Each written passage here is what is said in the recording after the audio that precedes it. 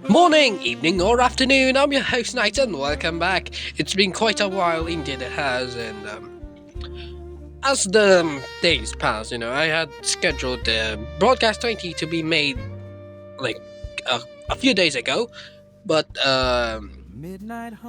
it got delayed due to something that has happened in my personal life and something that is now 6 foot underground. So yeah, a lot of things happened, and I had to make a summarization of the rule book of Genera Moderna and other stuff, which I am going as well as I'm going to record Genera Moderna's community as well as Gubia. So Gubia first because of course I haven't made a single one in Gubia. So yeah. So first on the list is Britain declares war on Canada. In a somber announcement, the United Kingdom has declared war on the Kingdom of Canada. Citizen Canada's initial revolt against the British rule, the United Kingdom, or the UK government, stated that it had no choice but to act to reunite the British nation. The stated goal of the war is not to complete annexation, but rather to regain control over the Canadian government and bring Canada back into the British Empire. The UK has offered a conditional path to peace, stating that a Canadian surrender or voluntary union would result in an immediate withdrawal of British forces. And a little minor announcement as well, two minor announcements. Volunteer regiments are being offered to Canadians who wish to fight alongside British forces. And the UK government also requested the Baltic Confederation to remain neutral, emphasizing its desire to maintain positive relations and stating that the conflict was initiated by Canada. And later on, Canada replied, yes, of course it would reply if Canada is now at war. The Kingdom of Canada is now officially at war with Britain, and Britain wishes to recolonize Canada, and Canada will not back down and will be moving forces to the coast. They urge other European nations not to be involved in this mindless conflict. Canada has done nothing harmful overall to other nations, and Canada has only really acted in civil war that has to deal with the acts of rights and liberty. Britain and Canada may be both imperialists of the community. Of course they are. I mean, they're both kingdoms. But at least they understand the rights of freedom of peoples.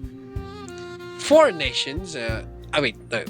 This is actually a minor announcement, my apologies.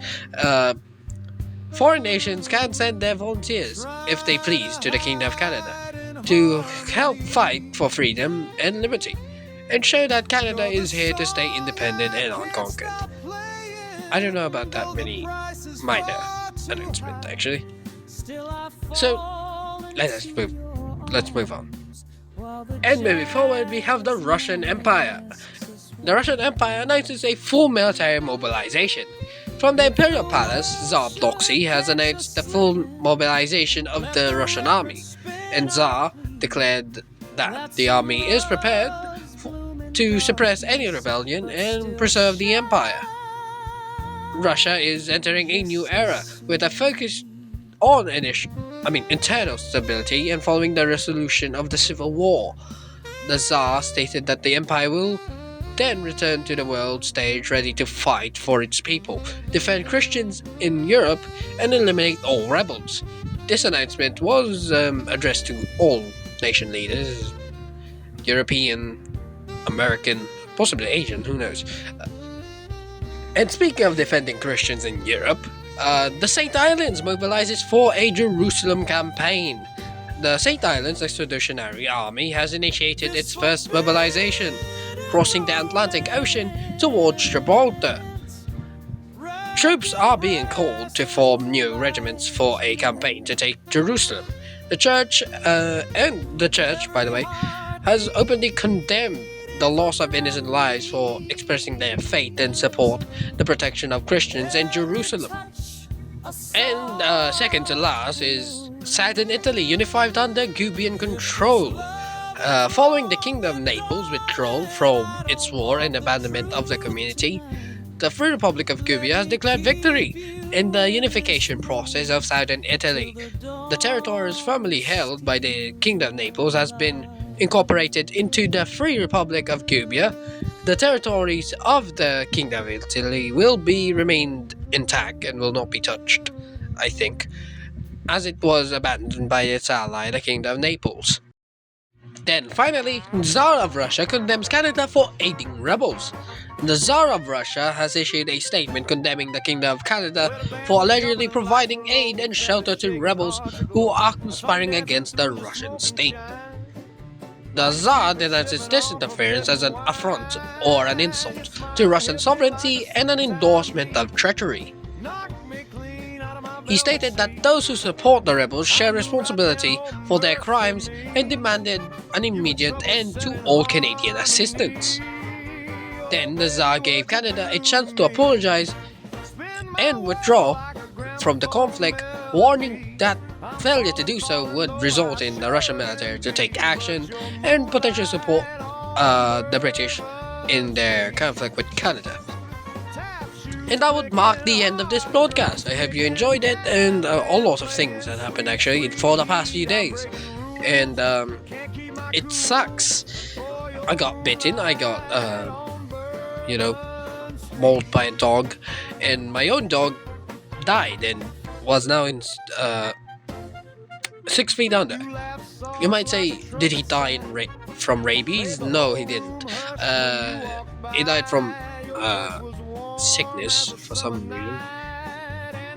My mom took him, my mother took him, and I never got to see him again.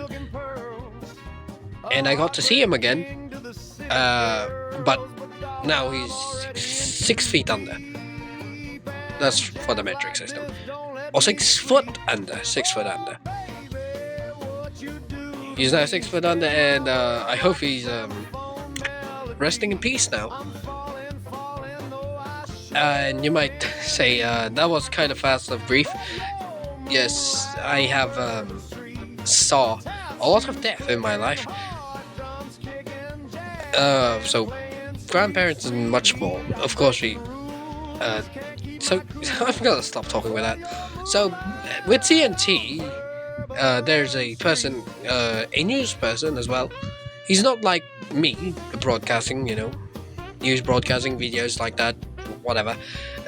No, he's doing newspapers. Not like the typical newspaper, pictures and stuff. No, he's doing text. I don't want to overstep on him in the CNT community, although I might one day, because I have to step in somehow. So yeah, I wish you a splendid evening, morning, or afternoon.